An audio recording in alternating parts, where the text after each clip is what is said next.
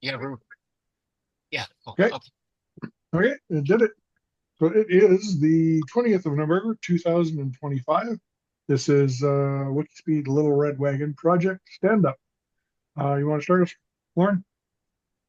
Yeah, I reached out to our founder again to see about the business of splitting up the uh presence, the website and everything. So I sent a reminder about that. And as far as other things are concerned, I haven't done much. I've been having some health, yeah, some blocks. So uh yeah, so the coming week I hope to get a little farther and do the things I was going to do this week. I had health things and family business or blocks, and that's it for me. Okay. Dave. Okay, I spent some time working on an invention that we had the meeting after our last meeting with the inventors group, and because of some things they said about sending them inventions and everything, I did some more work on an invention that I was discussed somewhat in there and was thinking about. And after spending a good deal of time on that, like a couple of days, I decided it probably wasn't really as useful an invention as I thought it might be. At least not enough to spend something like $10,000 or something on getting it patented. Apparently, you have to actually get a patent before these people will talk to you. So I reevaluated that invention, decided uh, to not actively pursue that, at least not that much. I spent a little bit of time experimenting with 3D printing nylon. I printed this XYZ cube here, which is one of the test cubes or something. Also tried to print the robot thing, which didn't work out. I think that was because of the printer. And anyway, after spending a little bit of time on that, I did some research on the toxic fumes given off by nylon, and decided to kind of shelve that unless I really needed to make something out of nylon, which actually led me to some research into the hoods that you can have there, which led me to thinking about 3D printing a framework that would go around the things, and then let me see if I can move this, take this, and then putting a big, see a plastic bag there, big plastic bag over them. It'd be a framework or something that would turn that into a hood for that, and so I did a little work on that. And I also spent some time working on the computers again. That new Windows 11 computer I got, and I was also installing on the computers or the something called the data mask, which is something that encrypts your communications in and out. And I had some trouble with that because I had 5 licenses, and apparently some of the old computers that I decommissioned still had it on there. So I was having trouble getting, anyway, I finally got that worked out. So that basically was what I got done there. I was also very busy with like health things and everything, had doctor's appointments, things like that. So that kind of slowed me down and everything. And I guess that was about it. So next week. Next week, I will probably do some work on this thing I just mentioned, the hood thing to control fumes and also stabilize the heat. As you may know, it's sometimes 3D printing works better if you have an enclosure that heats up the air, so you don't have this contrast between the bed and the thing and the air cooling it off too fast or something. Anyway, so I'll probably work on that a bit. I keep saying we'll try to work on my book. Uh, and I also spent a bit of time trying to clean off my desk. You can't tell because it got messy very fast again. So I'm going to try to dig my office under these layers and layers of half-finished projects and everything like that, and try to hang up those things which I mentioned I was going to try to do this week but never got to. So basically, it's going to be a week of trying to get things organized for the next week. Okay. It's Michael Waltrip, Saskatoon, Canada. I don't have much to report for this week. I wasn't expecting to report anything, and I didn't get anything done. I am better. I was a little sick last week. Next week, I am planning to do my Windows 11 upgrade. And after that's done, then hopefully we'll get into the Docker stuff again. But that's a hope. That's a stretch goal. And blocks are, well, it was nice around here. I was doing yard work, and it snowed last night, so now I don't have to worry about that. I can do other stuff for a while. Anyway, let's go retro. Start us off, Lauren, who is also muted.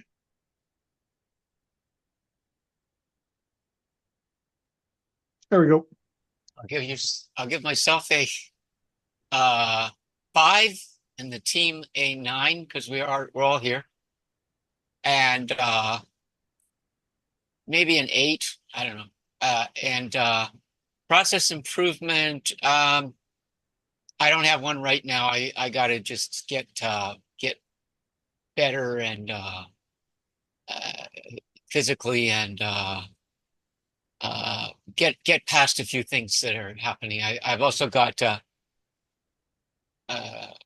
thing I'll talk about in crosstalk. A question about my my home appliances, and so that's it for me. Okay, Dave. I'm not quite sure how to rate myself because I did spend a lot of time working, but most of the stuff I spent working on was a failure. Well, like but the whole point is to fail fast, is it not? So that you don't spend a whole bunch of time, you just spend a little bit of time. Yeah, like I said, I spent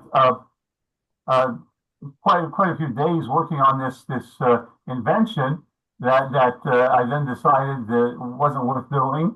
I spent a lot of time trying to get get the data mask on the computers, which I eventually did, but I wasted a lot of time doing it wrong.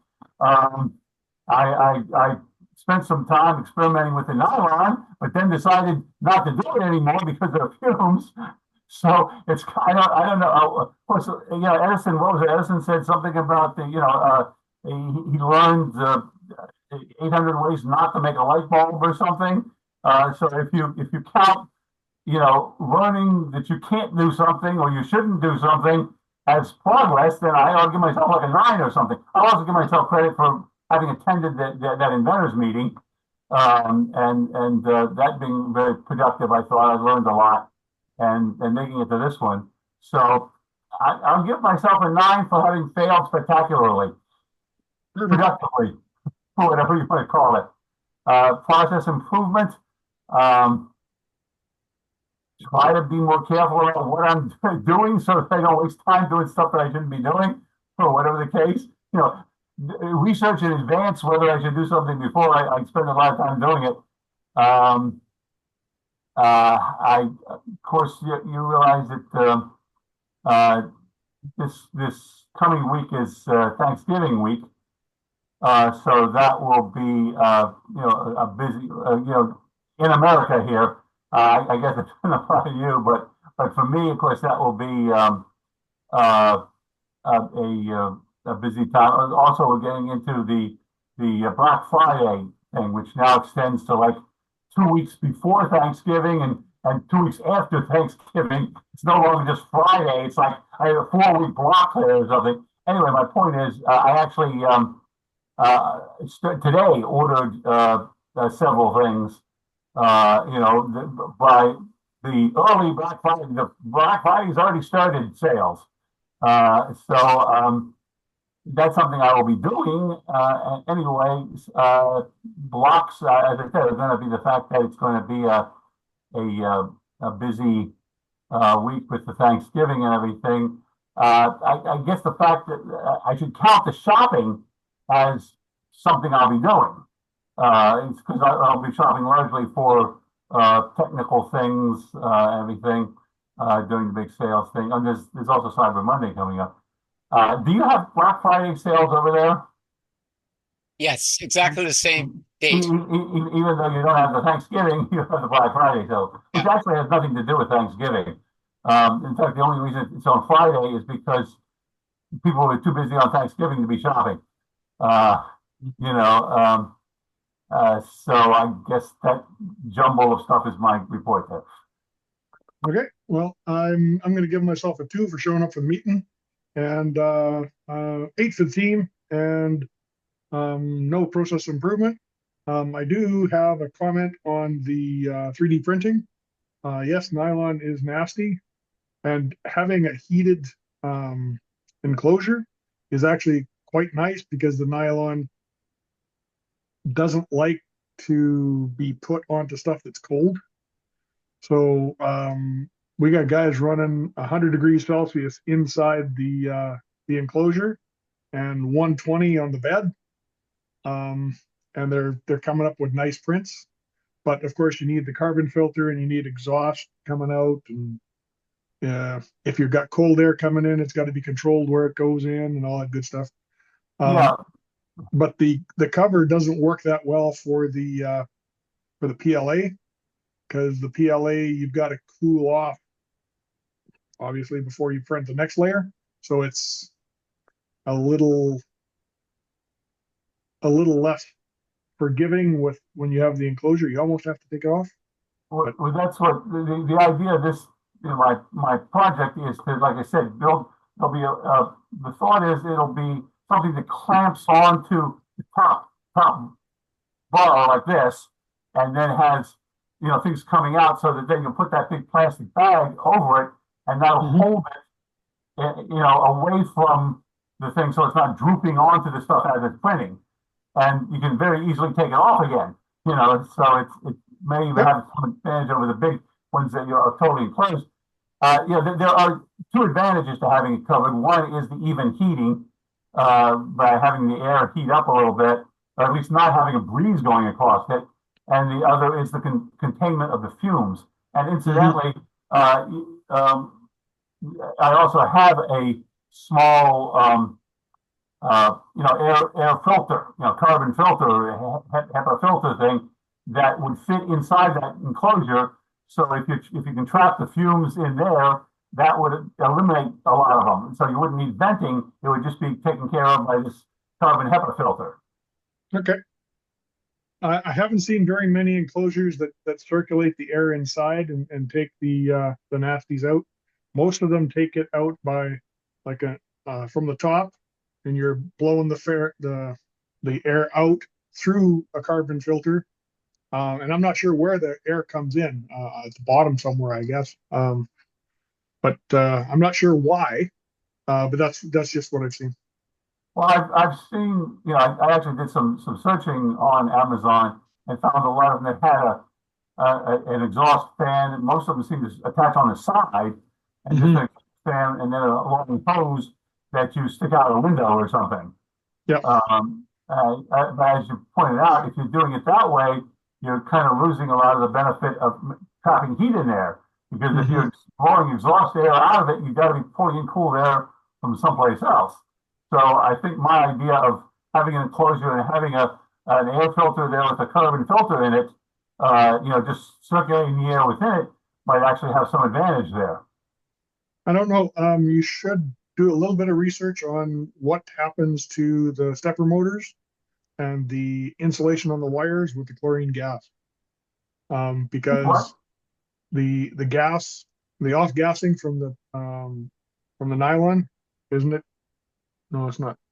It's not chlorine. What is it? That's when you're printing PVC. Styrene, I think. Styrene. Okay. Does it damage the insulation on the wiring? It's supposedly damages your lungs. Yeah. That's the problem, main problem. Okay.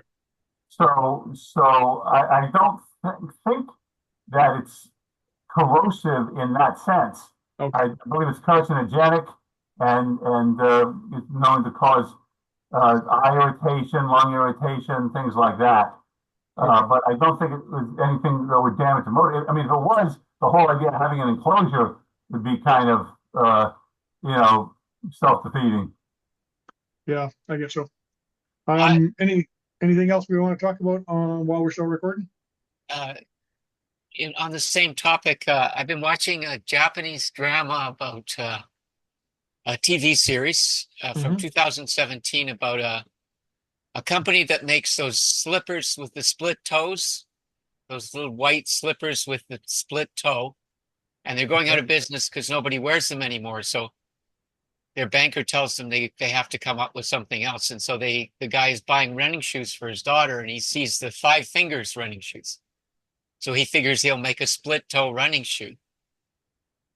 And part of the story is that it's 100-year-old company, and they have terrific old sewing machines that do, and skilled craftsmen who can do great stitching. But also then what are they going to make the soles of? And their product, the slippers they make are 100% cotton. So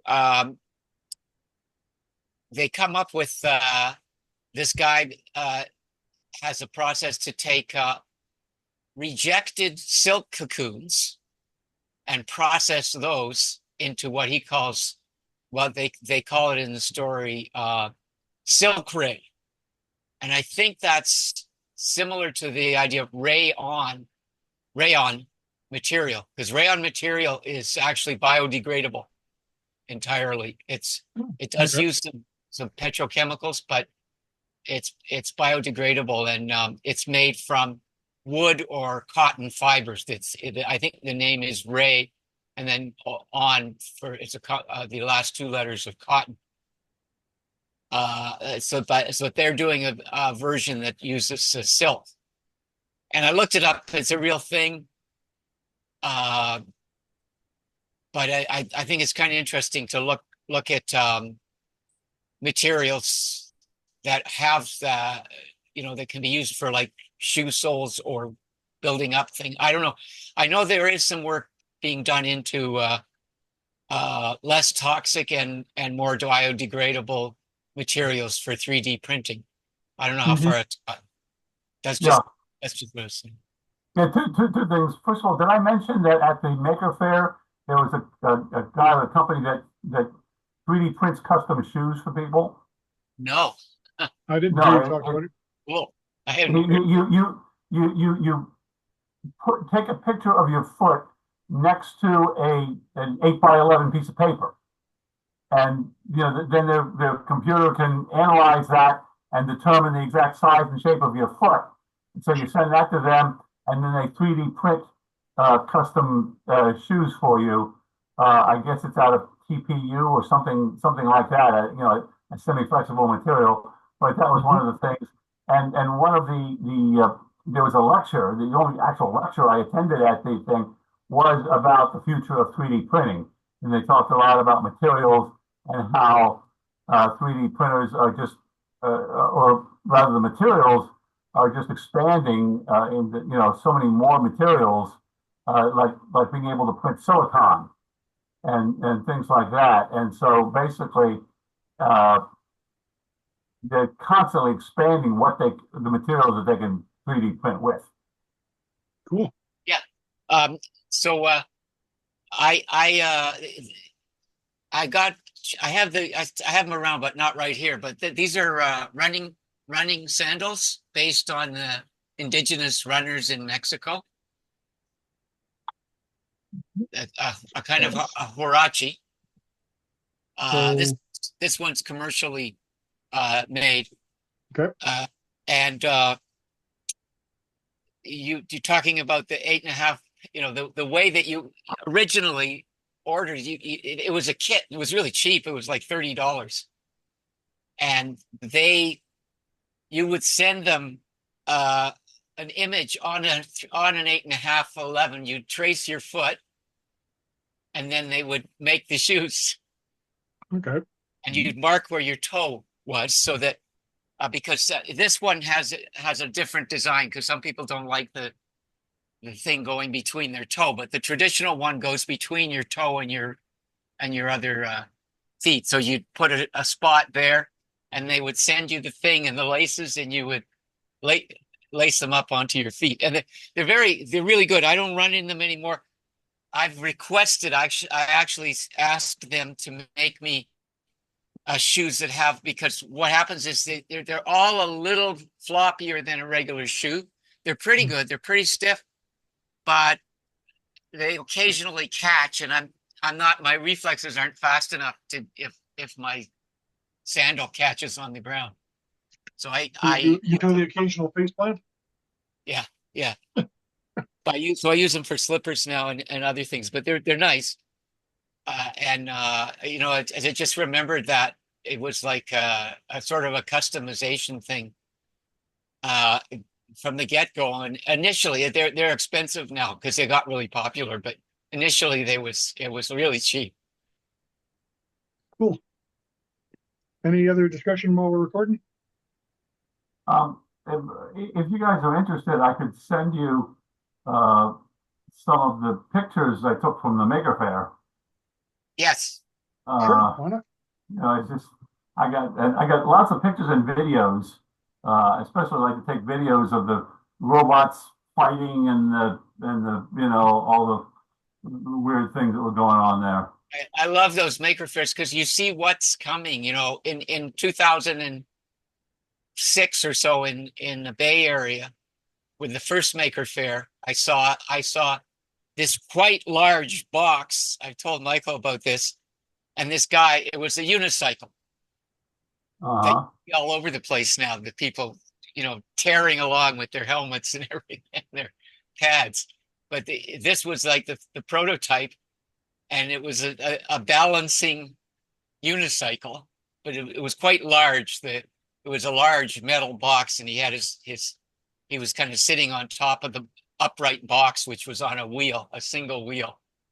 But the 3D printing, actually didn't see that at Maker Faire, but I first saw it at the prototype, the RepRap. That was the first cheap 3D printer at a DevCon in Portland. But I love the Maker Fairs. There's really, people want to show their stuff so much, and it's really Yeah, there's lots of 3D printers at these Maker Fairs. 3D printing companies, and there are a lot of maker spaces. In fact, there's one area where they like put all the maker spaces in one particular section of the room, and they're all like, you go around this you know, this area where they're all facing out, you know, the four of them, and you know, and just and they've got all the stuff that they've made. They got, you know, 3D printers and metalworking and the whole bit. So I'll send you some of my videos and pictures there. Cool. So I'm going to recommend to the both of you the Linux. Go to the local Linux user group if you're fed up with Windows. Well, I haven't actually investigated the Linux group here yet. I know there is one. Yeah. Usually there's people who will just, you know, really, they'll spend hours and hours. I was at one in Silicon Valley, and I had to finally say, I'm tired, I got to go home. But they're people from Oracle and Apple and all these places were working on putting this and that on my laptop. So they're pretty interesting and fun. Okay, I'm going to hit the button then. Offline for another couple of topics, quick topics. Yeah, I'm just going to hit the stop button. Okay.